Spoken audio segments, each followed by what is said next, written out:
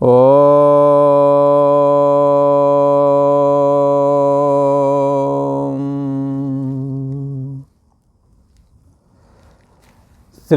योग वासिष्ठ के उपसम प्रकरण में श्री वशिष्ठ जी महाराज बोले, हे राम जी, जो बुद्धिमान है उसको बड़ी आपदा भी दुख नहीं देती। बुद्धिमान अर्थात विवेकी। बुद्धि तो सभी के अंदर है, परंतु अपने काम काज भर की बुद्धि, भौतिक सुख कैसे अर्जित करें, कैसे कमाएं खाएं, ये बुद्धि तो सभी के अंदर में है। पर इसी बुद्धि के अंदर में एक सात्विक विशुद्ध सतोगुणी बुद्धि जब विकसित होती है तो वो अपने ऊपर आपदा रूप दुख को नहीं आने देती। क्योंकि जब कोई आपदा आती है ना, तो जाय विधाता दारुण दुख दीना, ताकि मत पहले ही हर लीना। जाय जिसको दारुण दुख देई, जाय विधाता दारुण दुख देई, ताकि मत पहले ही हर ले। क्योंकि बुद्धि यदि रहेगी तो आप सब कुछ कर सकें, बचाव के उपाय कर सकेंगे। पर यहाँ कौन सी बुद्धि? विवेकशील। जो बुद्धि होए परम सयानी, सयानी का मतलब विवेकवती। तिन तन चितय न अनहित जानी, जिनसे हमारा हित नहीं है, जो हमारे लिए दुखदाई हैं, ऐसे जो रास्ते हैं, ऐसे जो पद पदार्थ हैं, ऐसे जो विषय हैं, उसकी ओर वो सयानी बुद्धि नहीं जाने देती। तो सयानी बुद्धि का मतलब है विवेकशील बुद्धि। ये विवेकशील बुद्धि इसी बुद्धि की एक शाखा है जो विशुद्ध सतोगुणी होती है, और ये साधु संगत और सतशास्त्र के श्रवण से प्राप्त होती है। जब बहुकाल करी सतसंगा, तब हुए हैं सब संशय भंगा। सारे संशय नष्ट हो जाते हैं और हृदय में निर्मल विवेक उत्पन्न होता है। तो यहाँ कहते हैं कि ये जो बुद्धिमान है उसको बड़ी आपदा भी दुख नहीं देती। कैसे? जैसे बड़ा वायु भी पर्वत को चला नहीं सकता, ऐसे ही राम जी विवेकशील बुद्धि को प्राप्त करने के लिए हमें क्या करना चाहिए? श्री वशिष्ठ जी महाराज कहते हैं कि हे राम जी, इसीलिए तो मैंने प्रथम ही कहा है, इसी कारण कहा है कि प्रथम पुरुष को चाहिए कि वो संतों का संग करे, जो सत्य स्वरूप परमात्मा में स्थिति के लिए साधन भजन तपस्या आदि करता है। दया करुणा मुदिता आदि जिसके हृदय में विराजमान हैं, जो किसी का अहित नहीं चाहता, परोपकार के लिए ही जिसका जीवन समर्पित है, ऐसे लोग संत कहे जाते हैं। संतों के लिए कहा, संत बिटप सरता गिर धरनी, परहित लाग इन्हन कै करनी। संत बिटप, बिटप कहते हैं पेड़। पेड़ में जो फल आते हैं वो फल पेड़ कभी नहीं खाता, दूसरे लोग ही खाते हैं। इसी प्रकार नदियों में बड़ा सुंदर साफ जल बहता है, तो वो नदियों से पानी हम लोग पीते हैं। इसी प्रकार पृथ्वी पर खोदा खादी मकान दुकान सब बना, तो पृथ्वी अपना किराया कभी मांगती है आपसे? परहित लाग इन्हन कै करनी, इन तीनों की परोपकार के लिए ही इनका जीवन, इसीलिए इनका सारा कर्म परोपकार के लिए है। ऐसे ही संतों का, संत हृदय नवनीत समाना, कहा कबिन पर कहत न जाना। पर दुख स्वदुख निज परताप, निज परताप द्रवय नवनीता, और पर दुख द्रवय सुसंत पुनीता। उसे संत कहते हैं। विवेकशील बुद्धि जब उत्पन्न होती है तो फिर संतों का संग और सतशास्त्रों का विचार में ये पुरुष लग जाता है। श्री वशिष्ठ जी महाराज कहते हैं, विवेकशील बुद्धि को प्राप्त करने के लिए दो चीज़ों का जीवन में होना अनिवार्य है, संतों का संग और सतशास्त्र का विचार करे। इसलिए तुलसी बाबा ने यूं ही नहीं कह दिया, ये जो संत है ना, पूर्ण पुंज बिन मिले न संता, पूर्ण के बगैर संत नहीं मिलते, और विशुद्ध संत तो बड़े भगवान की कृपा हो तभी मिलते हैं। संत विशुद्ध मिले पर तेही, राम कृपा कर जितवा जेही। जिस पर राम जी कृपा करके देखते हैं उसी को विशुद्ध संत मिलते हैं, और वो अगले आदमी का जीवन बदल देते हैं, भगवान की भक्ति प्राप्त करा देते हैं। ज्ञान वैराग भक्ति मिलने से साधक का उद्धार हो जाता है। तो संतों का संग करे और सतशास्त्रों का विचार करे और अपनी बुद्धि को बढ़ावे, अर्थात अपने विवेक को बढ़ावे। जब बुद्धि सत्य मार्ग की ओर बढ़ेगी विवेक के द्वारा, तब क्या होवेगा? परम बोध होवेगा। परम बोध कहते हैं, आत्मा के बोध को परम बोध कहते हैं। बोध तो अनेकों प्रकार के हैं, संसार का भी बोध है, अनेक प्रकार की विद्याओं का बोध है, अनेकों प्रकार के बोध होते हैं, पर सब बोध जिसके द्वारा जाने जाते हैं, वो उसका ज्ञान करना, उसको जानना परम बोध कहलाता है, जो सबको देखता है। इसलिए पूज्य महाराज जी जब ध्यान कराते हैं कहते हैं कि देखो देखो, फिर कहेंगे देखने वाले को देखो, अंदर जो तुम्हें जो है देख रहा है उसको देखो, जो तुम्हारी मैं को भी जान रहा है उसको देखो। जिसको बुद्धि नहीं जान सकती, जो बुद्धि का होना ना होना भी जान रहा है, उसको देखो, वो कौन है। उस विज्ञाता को जाने बगैर कोई भी परम बोध को प्राप्त नहीं हो सकता। जैसे राम जी जल के सींचने और रखने से फूल फल प्राप्त होता है,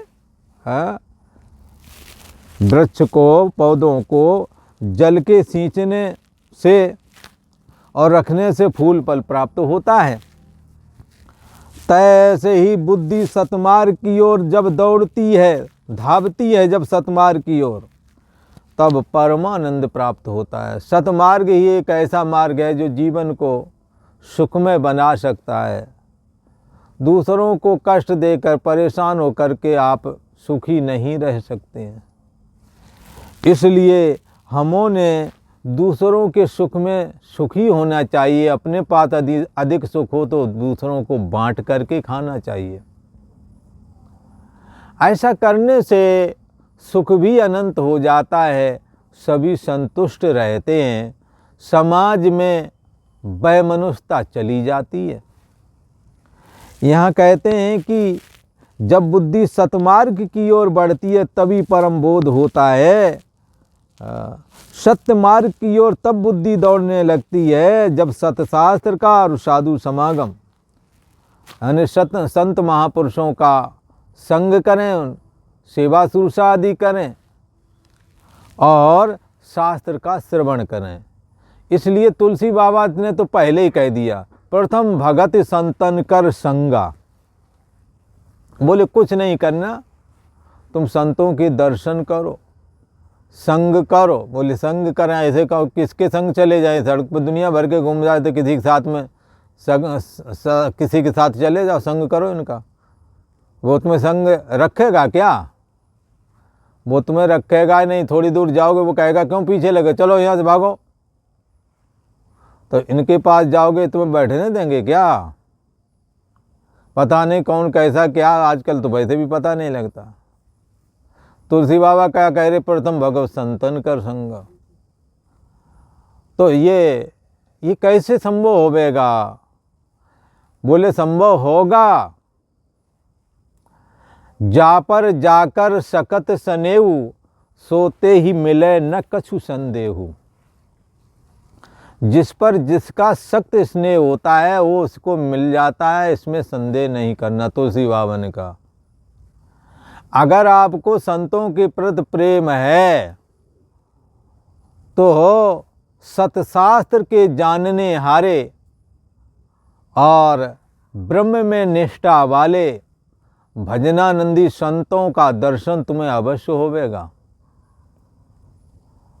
यदि संतों के प्रति प्रेम है तो जैसे गाय अपने बछड़े से प्रेम करती है और एक बार नदी में आ गई बाढ़, पानी चारों ओर भरा था, बछड़ा को वो दूध पिलाना चाह रही थी।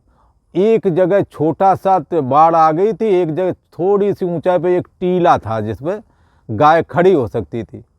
अब उसने क्या किया, अपने बछड़े को लिया और जाकर उसी टीले पे खड़े हो गए, वहीं दूध पिलाने लगी। अब जिसकी गाय वो कहे वहाँ तक कह दे जाए, वो तो बछड़ा ले गई, वहीं पिला रही है। तो क्या है, संतों के प्रति प्रेम यदि है तो आपको कोई रोक नहीं सकता। इसलिए प्रथम भगत संतन कर संगा, पहली भक्ति संतों का संग है, पर वो ही प्राप्त कर सकेंगे जो संतों को पसंद करते हैं, जिन्हें अरुचि ये देखने भर में, जो कुछ का कुछ अंट चंड बकते झकते रहते हैं दूसरे भिखारियों को देख करके। आजकल भिखारी भी लाल कपड़ा तो मिल ही जाता है हर जगह, लिया खरीद लिया पहन लिया, और हाँ क्राइम के काम करते हैं। सीधे साधे साधु बेचारे पहुँचते हैं, उन्हें ठुकाई कर देते हैं लोग।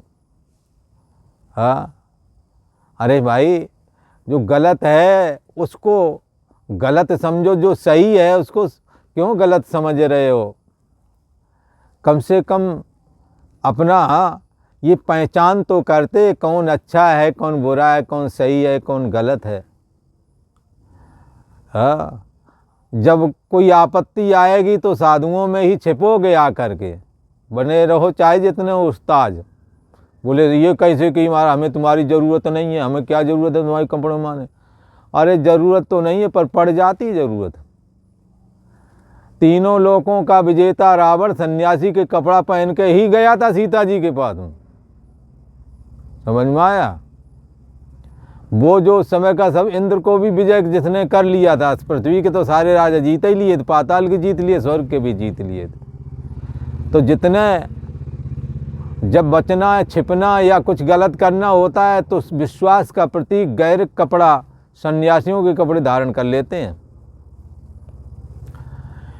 इसलिए हमें संतों के प्रति स्नेह रखना चाहिए। यदि संतों के प्रति स्नेह रखोगे आपको कोई रोक नहीं सकता। आप यदि स्नेह होवेगा तो आप क्या करोगे, संग करोगे तो क्या करोगे, उनके पास सामने बैठ करके। अरे संग करने की, यदि तुम्हें संग करने की इच्छा होगी तो तुम्हारा स्वाभाविक ही, जब आप जाओगे एक बार यहाँ काफ़ी लंबा चौड़ा ये झाड़ झंकार तो रहता ही है गंगा जी के किनारे। एक आए, उन्होंने क्या किया, झाड़ू लिया, झाड़ू लगा दिया, जहाँ तहाँ ज़्यादा झाड़ झंकार थे वो खुरपा ले करके काट कूट दिए और साफ सफाई कर दिए। हाँ, तो लगा यार ये तो अच्छा आदमी है, लगा कि ये तोड़ बना ही रहे। तो इस तरह से अगर संग करोगे तो हो ही जाएगा संग, कौन रोकेगा। जब दामाद बन के जाओगे तो कौन तुम्हें रखेगा। आप सेवक की दृष्टि रख करके, सेवा की दृष्टि रख करके संग करेंगे, आपको संग मिलेगा। इसे तुलसीदास जी ने कहा प्रथम भगत संतन कर संगा। सेवा कराने के लिए नहीं, सेवा करने के इच्छुक हो। कई आते हैं बोले इनसे अच्छे तो हम ही घर पे थे, ये तो ऐसे ही तो वैसे 40 कमियां गिना करके और चलते बनते हैं, बोले इनसे अच्छे तो हम ही है महाराज। मन ठीक अच्छी बात है, पर तुम हमें साधु बनाने आए थे या तुम साधु बनने आए थे। हाँ, वो तो वो खुद तो बने ही नहीं, 40 कमियां और देख कर, कमी देखने वालों का ये स्वभाव, उसे कमियां दिखती हैं, और जो गुण देखता है उसे कभी दुर्गुण नहीं दिखता है। जैसे भगवान श्री कृष्ण के पीरियड में ये हरिद्वार का ही यहाँ पर कुंभ लगा हुआ था। धर्मराज युधिष्ठिर से कहा, हे धर्मपुत्र युधिष्ठिर, तुम इस कुंभ नगरी में बहुत सारे लोग आए हैं, तुम कोई दुष्ट आदमी, खराब आदमी जो ठीक ना हो उसको लेके आओ और इस मेला में से कुंभ का इतना बड़ा मेला लगा, धर्मराज युधिष्ठिर घूम करके आए, बोले महाराज मैं गया और मेरे को तो कोई गलत आदमी इस मेले में दिखाई ही नहीं दिया। गुण देखने की आदत ने वो जिस किसी को देखें, गलत से गलत देखें तो देखें इसमें ये गुण है, इसमें ये गुण है, कोई वो ऐसा निकले ही नहीं है कि जो गुणों से रहे। तो फिर दुर्योधन से कहा तुम अच्छा आदमी ढूंढ के लाओ, महाकुंभ लगा हुआ है, इसमें जो अच्छा आदमी उसको पकड़ के तुम हमारे सामने ले आओ। अब राजा दुर्योधन अंधे धृतराष्ट्र के पुत्र थे, अभिमान से बहुत ज़्यादा बड़े चढ़े थे और वो सारे मेले में घूमते रहे, उन्हें कोई अच्छा आदमी मिला नहीं। तो क्या है कि जो दुर्गुण देखते हैं उन्हें अच्छा आदमी मिलता ही नहीं है। यहाँ कह रहे हैं कि देखो दुर्योधन को अच्छा नहीं मिला, धर्मराज को गलत नहीं मिला। आप जैसी दृष्टि बनाओगे वैसे ही दिखने लगेगा। आप संतों की प्रति प्रेम की दृष्टि, सेवा भाव रखें। हो सकता है प्रथम दृष्टिया आपको अच्छे संत ना मिलें, आप संतों की सेवा में लगे रहें, आपको अच्छे से अच्छे संतों का साथ मिलेगा, अच्छा ज्ञान मिलेगा, त्याग वैराग तपस्या कैसे करें ये सारी चीज़ें आपको सीखने को मिलेंगी। पर दोष दृष्टि देखने लगोगे तो फिर नहीं वो चीज़ तुम्हें मिलेगी जो तुम चाहते हो। फिर तो यही कहोगे इनसे अच्छे तो हमें ही हैं, और यहाँ पर हमें साधु समाज को भी रिजेक्ट करके घर में रोज़ कलह मचाओगे वहाँ बैठ के जाकर, और कहोगे जब कहीं बात करने का, चूँकि बुद्धि बहुत और जबान भी शब्द सीख रखे हैं, जबान खूब चलती है चटर चटर, किसी को तुम बोलने दोगे नहीं। और जब ब्रह्मज्ञानी और शास्त्र का ज्ञान यदि कोई कहे तो तुरंत काट देते हो और कहते हैं इनसे अच्छे तो हमें, इनसे अच्छे हमें, और घर पे जाओ तो जूतम बाजार मिलेगा उनके। न चैन से रहेंगे न रहने देंगे, लड़के फूटी आंखों देखना नहीं चाहते हैं, ऐसी तो स्थिति बना रखी है। तो क्या है कि सत शास्त्रों का विचार करे और अपने विवेक को बढ़ावे, और जब विवेक बढ़ता है तो आत्म तत्व साक्षात प्रकट हो जाता है और जानना पना मात्र करके जो चैतन्य सत्ता है यही परम बोध कहलाती है। और ये बुद्धि क्या है, बुद्धि सतमार्ग की ओर दौड़ करके आत्मस्थ हो जाती है, तब परमानंद प्राप्त होता है। जैसे शुक्ल पक्ष का चंद्रमा पूर्णमासी को बहुत प्रकाशित होता है, जितने जीव संसार के निमित्त यत्न करते हैं राम जी, वही यत्न उतना ही यत्न यदि सतमार्ग की ओर, भगवान की भक्ति की ओर, ज्ञान वैराग्य की ओर करें तो दुख से मुक्त हो जावें। पर संसार के लिए जीवन लगाएंगे, ज्ञान वैराग्य भक्ति के लिए, तत्व ज्ञान के लिए जीवन नहीं लगाते, नहीं मेहनत कर पाते। इसलिए यहाँ कहा परम संपदा के भंडार उनको प्राप्त हो सकते हैं, किसको, जो सतमार्ग में चलें, जो ज्ञान वैराग्य भक्ति में स्थित रहें, परोपकार में लगे रहें, उनकी बुद्धि शुद्ध हो जाती है और परम संपदा के भंडार भी उन्हें प्राप्त होते हैं। संसार रूपी वृक्ष का बीज बुद्धि की मूर्ता है। संसार कैसे बढ़ता है, बुद्धि की मूर्ता से। मूर्ता का मतलब अज्ञानता से। अज्ञानता क्या है, मैं देव हूँ, देह के संबंधी मेरे, मैं और मेरा, तू और तेरा, इसका नाम है अज्ञानता। और गहरे में अहम अस्मि, परछिन्न व्यक्तित्वपना रूप जो अहम है, इसी से मन बुद्धि इंद्रियां आदि निकलती हैं और देह और जगत दिखता है। तो सबसे वह अहंकार का बीज क्या हुआ, इसका संसार का बीज अहंकार हुआ। अहम के त्याग से, परशेष से बचा हुआ जो शुद्ध चेतन है सा आत्मा, यही आत्मा है। इससे मूर्ता से, संसार रूपी वृक्ष का बीज क्या है, बुद्धि की मूर्ता। इससे मूर्ता से रहित होना सबसे बड़ा लाभ है। तत्व ज्ञान के द्वारा जीव की मूर्ता मिट जाती है। आज इतना ही। यदि वीडियो अच्छा लगा हो तो लाइक करें, शेयर करें, सब्सक्राइब करें और बेल आइकन को भी दबा के रखें। ओम